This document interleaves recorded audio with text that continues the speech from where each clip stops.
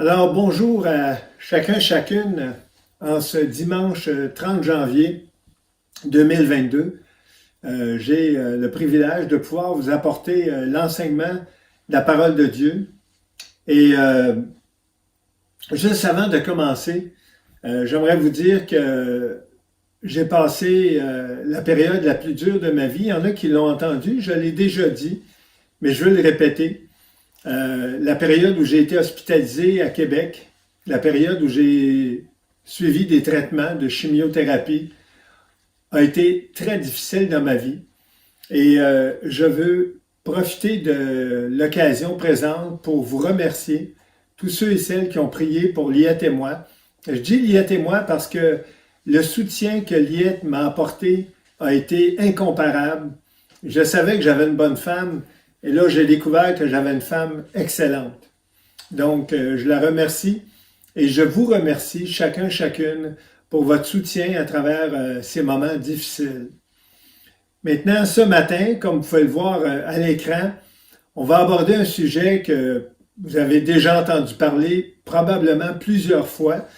C'est un sujet, c'est une doctrine élémentaire et fondamentale dans la vie chrétienne, le pardon. Et le pardon, on le vit au quotidien, on le vit particulièrement depuis notre conversion, parce qu'on ne peut pas passer par la conversion à Dieu sans passer par le pardon. C'est la façon qui est utilisée pour qu'on se réconcilie avec Dieu par le Seigneur Jésus. Et donc, c'est un sujet fondamental dans la vie chrétienne.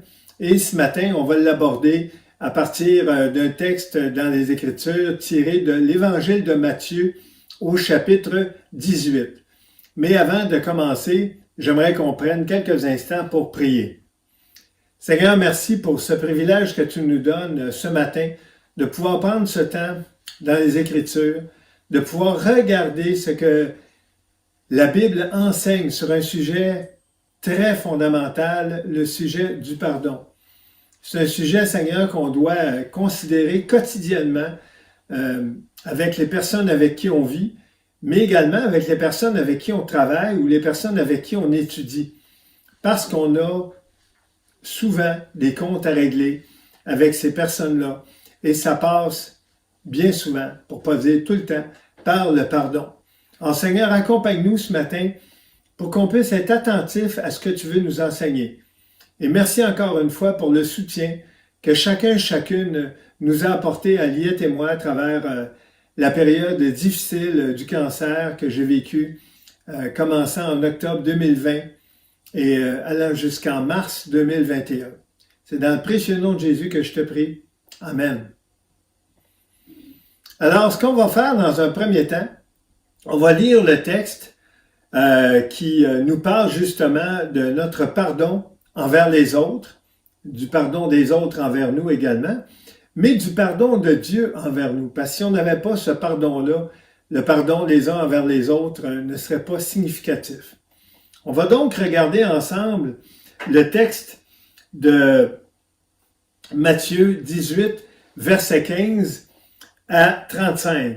Alors voici comment ça se lit.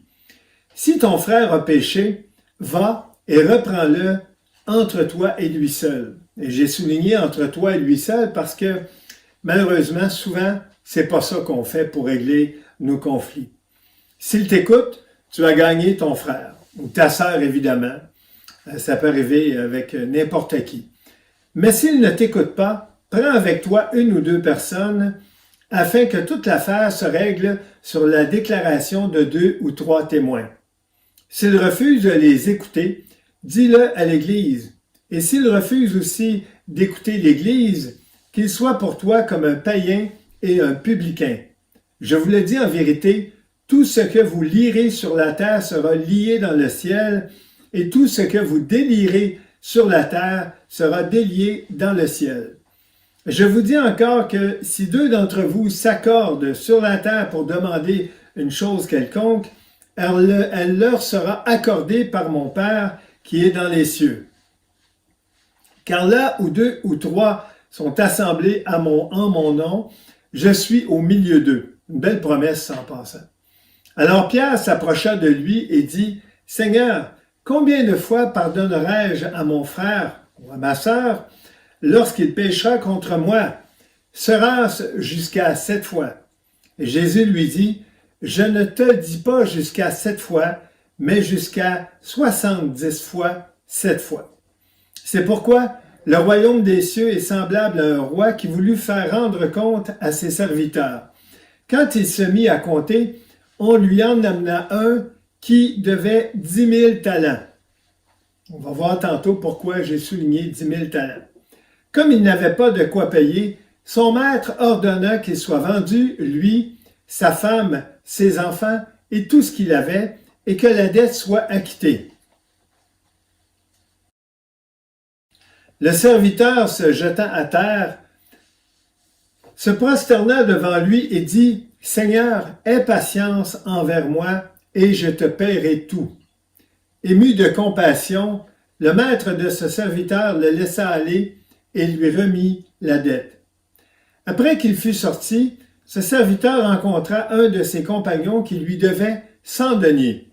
Il le saisit et l'étranglait en disant « Paie ce que tu me dois. » Son compagnon, se jetant à terre, le suppliait, disant « Aie patience envers moi, et je te paierai. » Mais l'autre ne voulut pas, et il alla le jeter en prison jusqu'à ce qu'il ait payé ce qu'il devait. Ses compagnons, ayant vu ce qui était arrivé, furent profondément attristés, et ils allèrent raconter à leur maître tout ce qui s'était passé. Alors le maître fit appeler ce serviteur et lui dit, « Méchant serviteur, je t'avais remis en entier ta dette parce que tu m'en avais supplié. Ne devais-tu pas aussi avoir pitié de ton compagnon comme j'ai eu pitié de toi? » Et son maître, irrité, le livra au bourreau jusqu'à ce qu'il ait payé tout ce qu'il devait. C'est ainsi que mon Père céleste vous traitera si chacun de vous ne pardonne à son frère de tout son cœur. Alors ici, on voit un texte qui est quand même assez long, un texte d'une vingtaine de versets. Et à travers ces 20 versets-là, ce qu'on voit, on voit entre autres le passage de 18, chapitre 18, versets 15 à 17, qui est vraiment le passage par excellence qui est utilisé pour les problèmes de discipline et de résolution de conflits au sein de l'Église, au sein du monde des croyants. Et le but du processus de la discipline dans l'Église est la restauration de l'autre. Ce n'est pas de démontrer notre justice à l'autre. Malheureusement, c'est souvent comme ça qu'on le prend. Donc, si on regarde le verset 15 à 17, ça dit « Si ton frère a péché, va et reprends-le entre toi et lui seul. » Et ça devrait toujours être la façon qu'on s'y prend. S'il t'écoute, tu as gagné ton frère. Mais s'il ne t'écoute pas, prends avec toi une ou deux personnes afin que toute l'affaire se règle sur la déclaration de 2 ou 3 témoins. S'il refuse de les écouter, dis-le à l'Église, et s'il refuse aussi d'écouter l'Église, qu'il soit pour toi, et ça c'est très solennel cette phrase-là, qu'il soit pour toi comme un païen et un publicain. Donc, on voit ici vraiment de quelle façon la discipline devrait se vivre au sein du monde des croyants, au sein de l'Église. Si on regarde au verset 18, ça dit « Je vous le dis en vérité, tout ce que vous lierez sur la terre sera lié dans le ciel, et tout ce que vous délierez sur la terre sera délié dans le ciel. » Alors, lier, c'est attacher, délier, c'est détacher, c'est rendre libre. Et lier, évidemment, c'est de garder quelqu'un dans on va dire, dans une situation où la personne est empêchée de bouger, empêchée comme de vivre. Et dans ce passage, Christ donne à tous les croyants l'autorité de déclarer ce qui était lié ou délié dans le ciel. Cela faisait écho à la promesse où Christ a donné aux disciples l'autorité de pardonner ou de retenir les péchés des gens. Tout cela doit être compris dans le contexte des versets 15 à 17 qu'on a lus précédemment, où Christ a donné des instructions spécifiques pour traiter le péché dans l'Église. La somme de tout cela signifie que tout groupe dûment constitué de croyants, agissant en accord avec la parole de Dieu, a le pouvoir de déclarer si quelqu'un est pardonné ou non. Donc, comme vous voyez, c'est très solennel comme information, comme verset. Et on voit qu'il y a un grand pouvoir à travers la parole de Dieu lorsqu'on l'applique. L'autorité de l'Église n'est pas de déterminer ces choses, mais de déclarer le jugement du ciel basé sur les principes de la parole de Dieu. Quand il porte de tels jugements sur la base de la parole de Dieu, les enfants de Dieu peuvent être sûrs que le ciel est d'accord. Pourquoi? Parce que la parole de Dieu est inspirée de Dieu. Donc, si on la met en pratique, c'est la parole de Dieu qui s'applique, c'est pas notre parole. En d'autres termes, tout ce qu'il lie ou délie sur la terre est déjà lié ou délié au ciel. Quand l'Église dit que la personne impénitente est liée dans le péché, l'Église dit ce que Dieu dit à propos de cette personne. Et lorsque l'Église reconnaît qu'une personne repentante a été libérée de ce péché, Dieu l'accepte. Si on continue ici, on regarde au verset 19, ça dit « Je vous dis encore que si deux d'entre vous s'accordent sur la terre pour demander une chose quelconque, elle leur sera accordée par mon Père qui est dans les cieux. » Et ce verset-là, je vous le dis, à peu près toutes les fois où je l'ai entendu, c'était hors contexte. Ça n'était pas en lien avec le pardon des péchés. Et on regarde ici, oui, un texte peut être applicable à plus qu'une situation. Et dans ce cas-ci, je crois que c'est le cas. Mais on regarde le contexte et le deux d'entre vous dont il est question ici renvoie aux 2 ou 3 témoins impliqués dans la deuxième étape du processus disciplinaire en lien avec le pardon des péchés. Là, on va passer à la diapositive suivante. On va regarder le verset 22. Alors, ça nous dit que Jésus répond à Pierre qui avait demandé si il devait pardonner jusqu'à 7 fois. Et Jésus lui répond, « Je ne te dis pas jusqu'à 7 fois, mais jusqu'à 70 fois 7 fois. » Et c'est énorme la différence. C'est comme, on prend un concept, puis on lui donne une valeur exponentielle. 70 fois 7 fois. Si on regarde les diapositives, j'avais préparé une diapositive ici d'explication. Et on peut voir que si on passe 12 heures en présence d'une personne lors d'une journée de 24 heures, ce qui est beaucoup 12 heures en passant, parce que même au travail, c'est rare qu'on travaille 12 heures. Ça peut arriver, je l'ai vu dans le milieu hospitalier, mais moi j'ai travaillé dans le milieu de l'éducation, puis je peux vous dire que jamais on passait 12 heures avec des élèves ou des étudiants lors d'une journée. Ça veut donc dire qu'on pourrait pardonner à une personne presque 41 fois toutes les heures, ou si vous préférez, une fois à toutes les minutes et demie. Et ça, c'est énorme. Je ne sais pas si vous avez déjà eu à pardonner 5 fois à la même personne, ou 10 fois, ou 15 fois, mais habituellement, notre patience ne se rend pas jusque-là. On n'est pas très patient devant une personne qui répète le même péché plusieurs fois, ou des péchés différents, mais la même personne. C'est énorme. Et donc, on revient en arrière au verset 22 et on comprend pourquoi, au verset 22, j'ai souligné le 70 fois, 7 fois. C'est parce que c'est énorme. Et c'est vraiment le contexte que Jésus nous donne. C'est la norme à laquelle il s'attend de nous.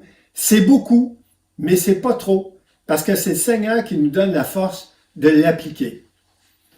Alors, si on regarde la suite du passage, on va regarder le verset 24, et j'ai souligné dans le verset 24 le 10 000 talents.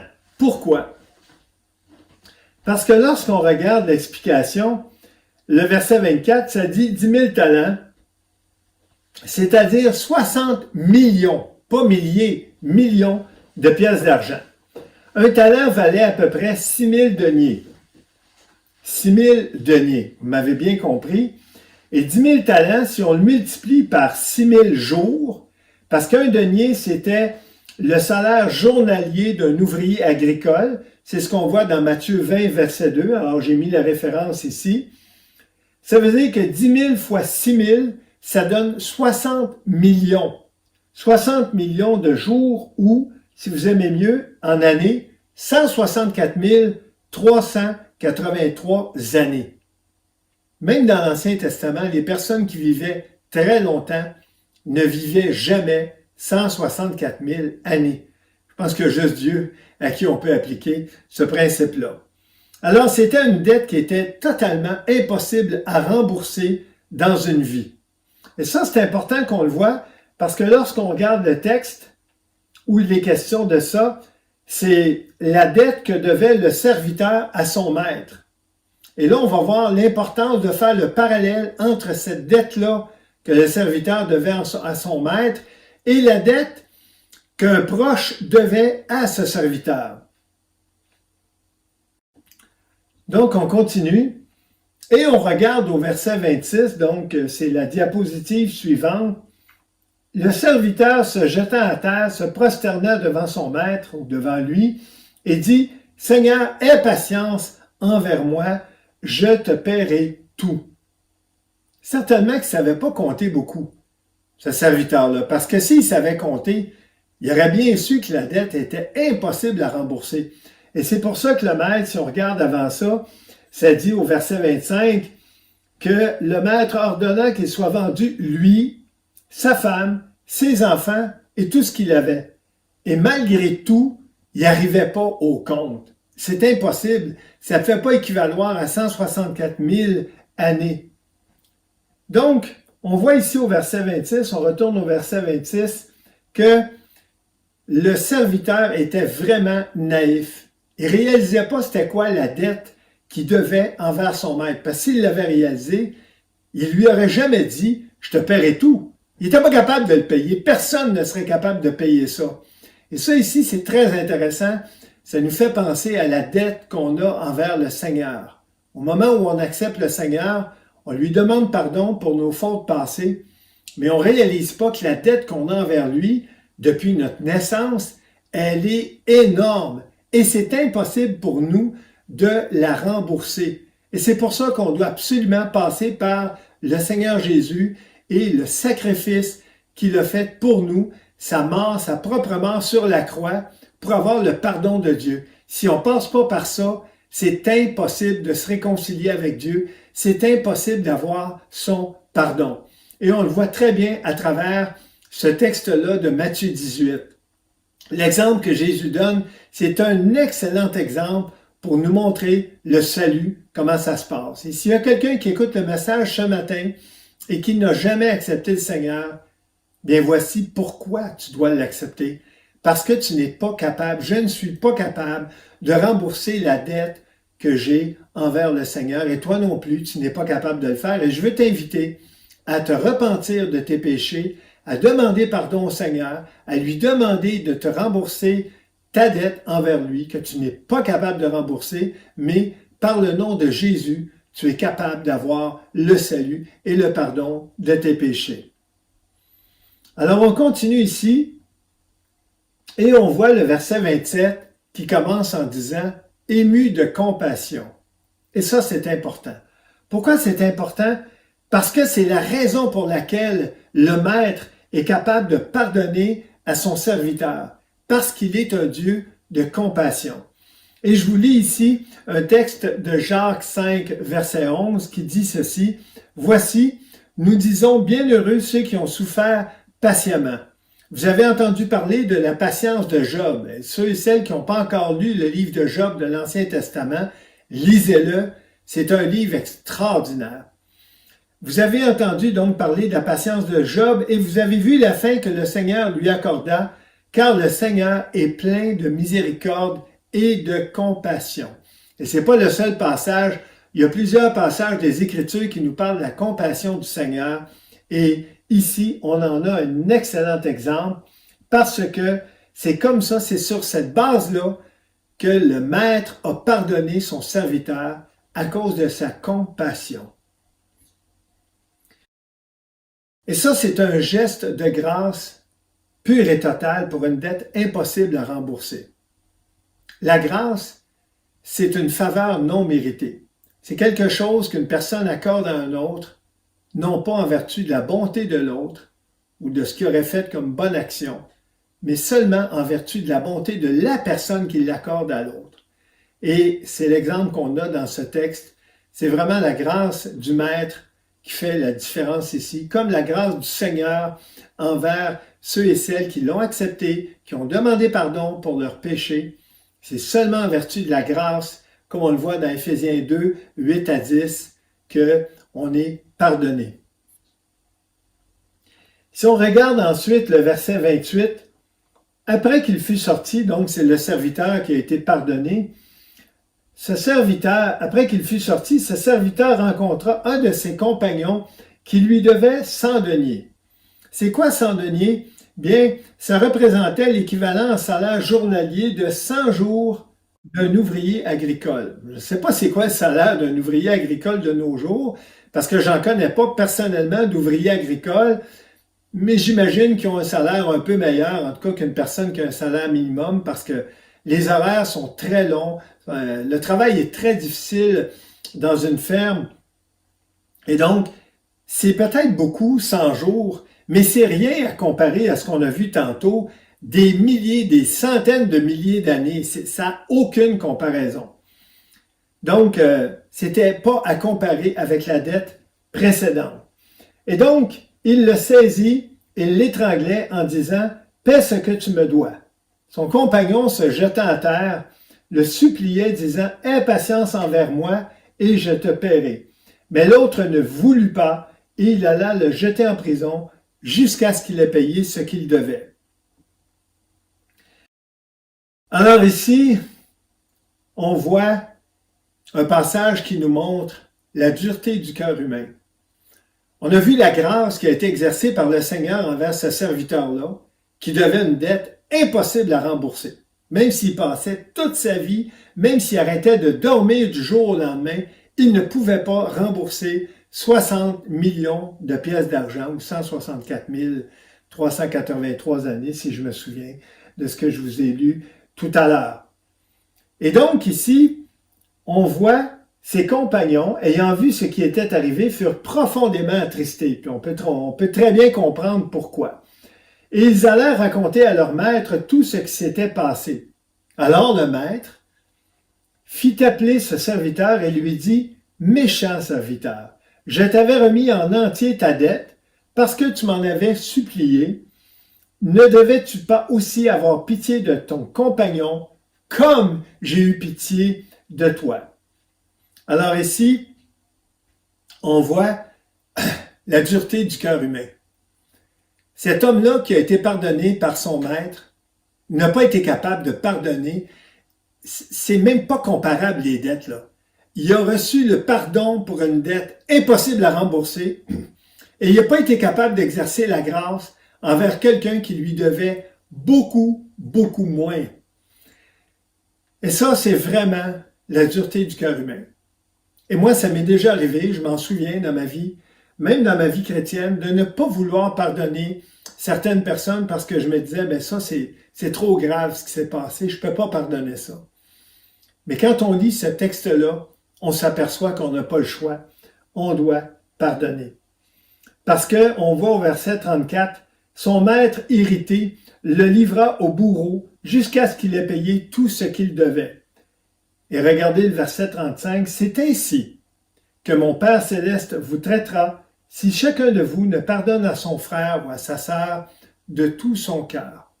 Donc, on voit ici un exemple, une parole de Dieu, un texte que vous avez probablement lu, la majorité d'entre vous, plusieurs fois.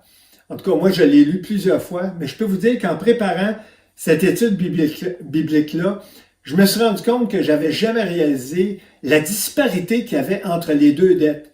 La dette que le serviteur devait à son maître et la dette qu'un autre serviteur devait à ce serviteur-là. L'exemple est incroyablement énorme.